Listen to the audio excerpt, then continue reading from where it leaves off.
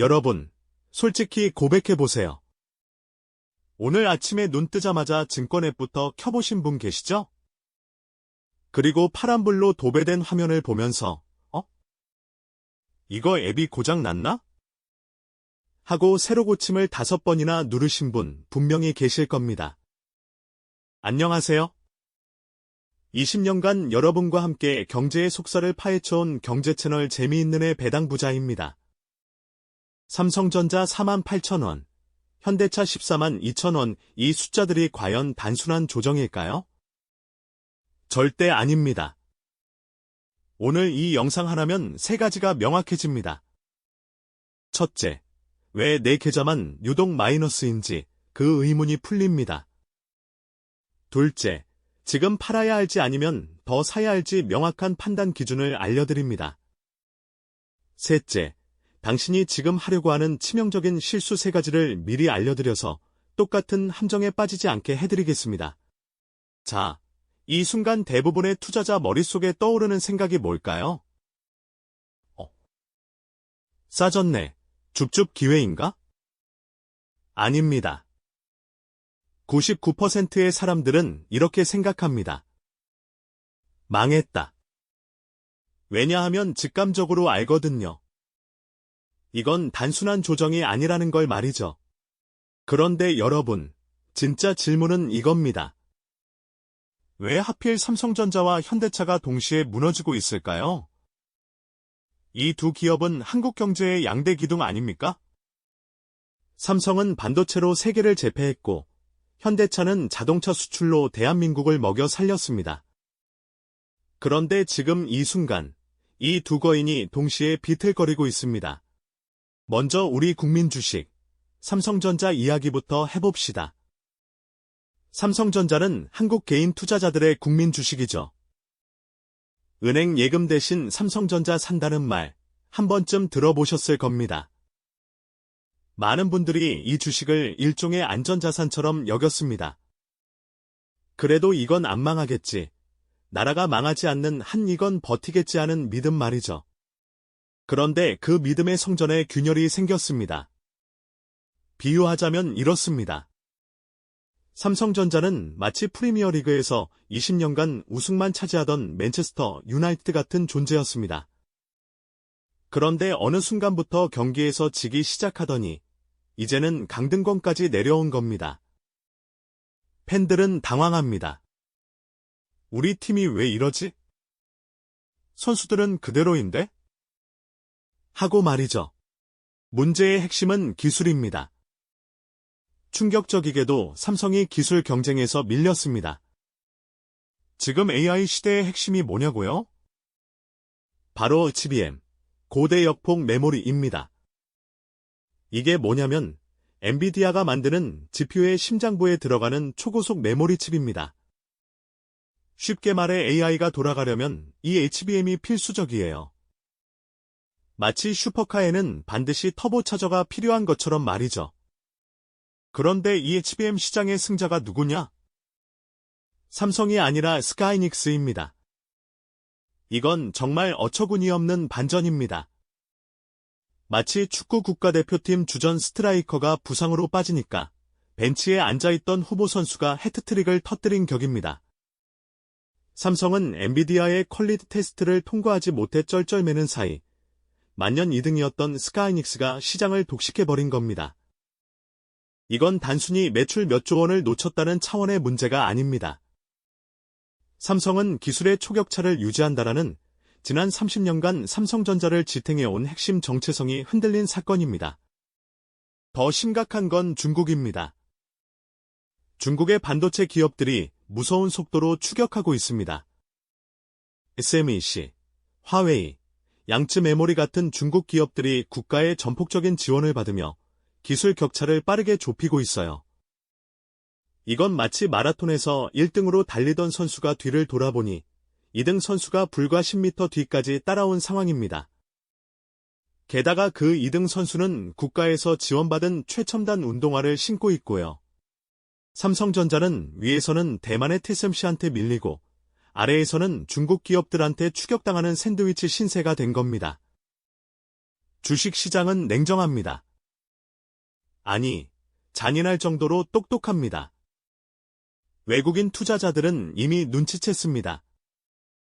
아, 삼성의 기술 리더십이 끝났구나. 그들은 뒤도 돌아보지 않고 매도 버튼을 눌렀습니다. 현대차의 상황도 심상치 않습니다. 현대차는 지난 몇 년간 디자인 경영과 전기차 전략으로 글로벌 시장에서 꽤 재미를 봤습니다. 그런데 지금 그들에게 닥친 현실은 퍼펙트 스톰입니다. 세 개의 태풍이 동시에 몰려온 겁니다. 첫 번째 태풍은 전기차 시장의 성장 둔화입니다. 전문 용어로 캐즘 현상이라고 하는데요. 쉽게 말해 얼리어답터들은 다 전기차를 샀는데 일반 대중은 아직 전기차를 사지 않는 상황입니다. 왜냐하면 충전 인프라가 부족하고 배터리 교체 비용이 비싸고 겨울에 주행거리가 뚝 떨어지는 등 여러 불편함이 있거든요. 두 번째 태풍은 중국 전기차 업체들의 무시무시한 공격입니다. BYD, 리오토, 샤오펑 같은 중국 업체들이 현대차보다 훨씬 싼 가격에 그러면서도 성능은 비슷하거나 더 좋은 전기차를 쏟아내고 있습니다. 특히 중국 시장에서의 참패가 치명적입니다. 한때 중국에서 연간 100만 대 이상을 팔던 현대차가 지금은 10만 대도 못 팔고 있습니다. 세 번째 태풍은 수익성 악화입니다. 쉽게 비유하자면 이렇습니다. 현대차는 지금 피자 가게를 운영하다가 갑자기 햄버거 가게로 업종을 바꾸려는 상황입니다. 새로운 주방 설비를 들여놓고 직원들을 재교육하고 레시피를 개발하는 데 막대한 돈이 들어갑니다.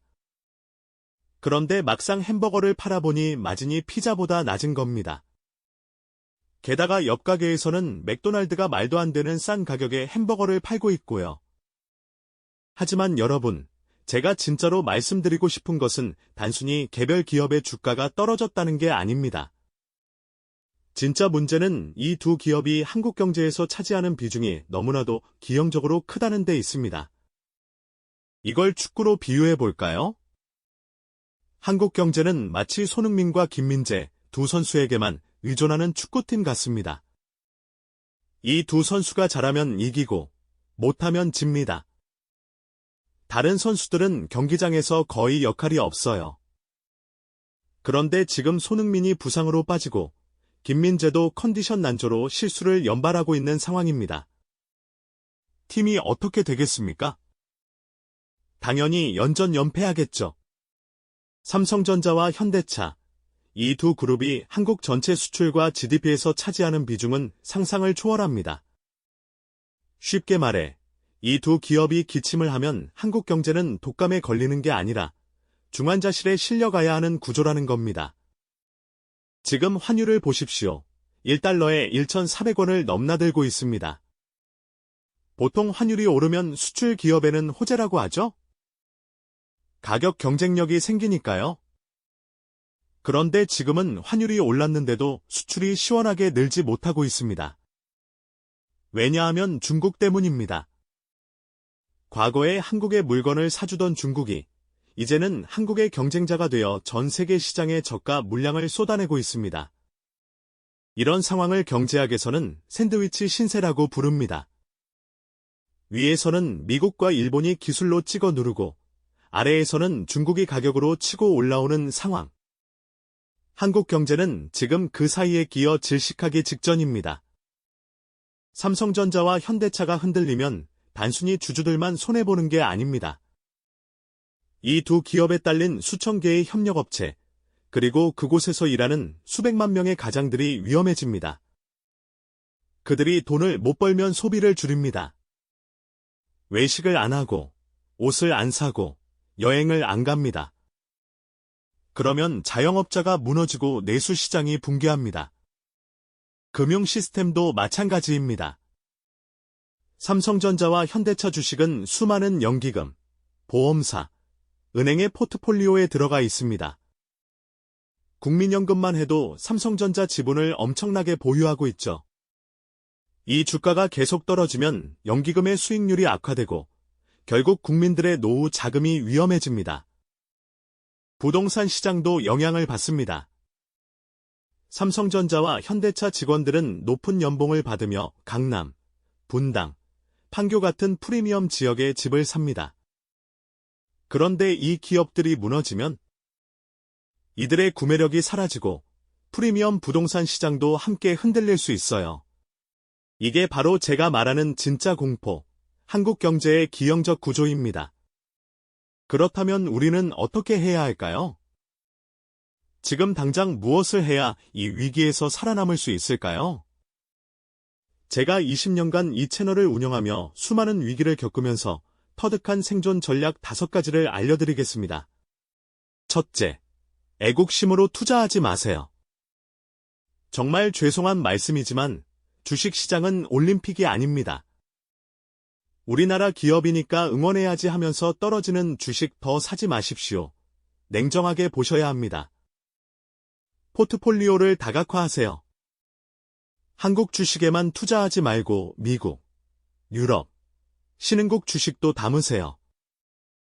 계란을 한 바구니에 담지 말라는 말, 지금처럼 뼈저리게 느껴지는 때가 없습니다.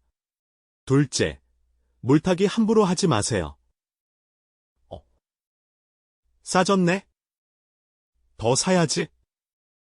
이거 진짜 위험합니다. 지하 1층인 줄 알았는데 지하 5층이 있고 지하 5층 밑에 지하 10층이 있는 게 주식입니다. 바닥은 아무도 모릅니다. 현금을 확보하세요. 지금 같은 불확실한 시기에는 현금이 왕입니다.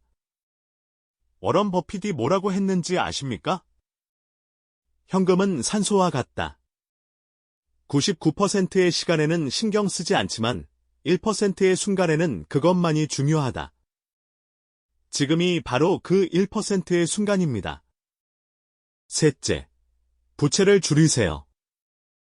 특히 변동금리 대출이 있다면 지금 당장 고정금리로 전환하거나 상환 계획을 세워야 합니다.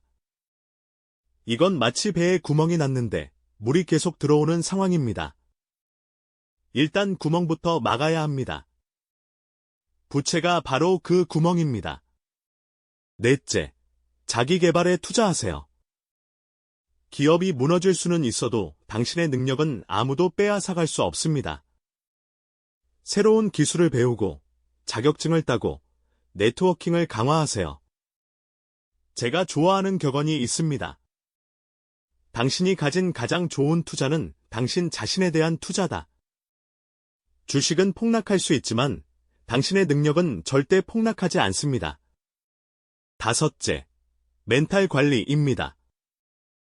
지금 주식 차트 쳐다본다고 떨어진 주가가 올라가지 않습니다.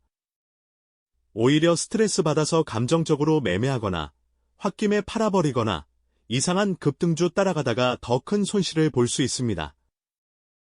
이럴 때일수록 본업에 집중하세요. 내 월급, 내 사업 소득을 늘리는 게 가장 확실한 방법입니다. 여러분, 역사적으로 보면 모든 위기는 기회였습니다. IMF 때도 그랬고, 리먼 사태 때도 그랬고, 코로나 팬데믹도 극복했습니다. 지금 삼성전자 5만 원 붕괴, 현대차 15만 원 붕괴가 공포스러워 보이지만 누군가에게는 인생 역전의 기회가 될 수도 있습니다.